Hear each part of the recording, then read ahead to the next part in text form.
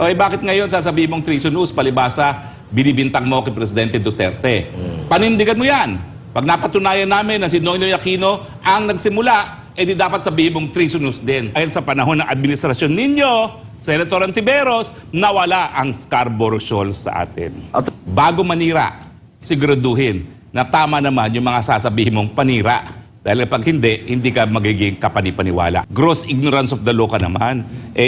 Mambabatas ka. Alam ko hindi requirement na ikaw ay maging abogado para maging senador. Pero dapat alam mo ang batas.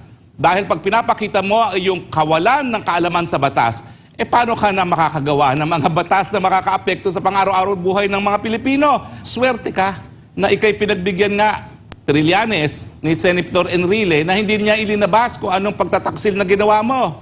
Pero kung maalala nyo, binantaan ka talaga ni Enrile na pag di ka tumahimik dyan, lalabasan niya kung paano kataksilan ang ginawa mo.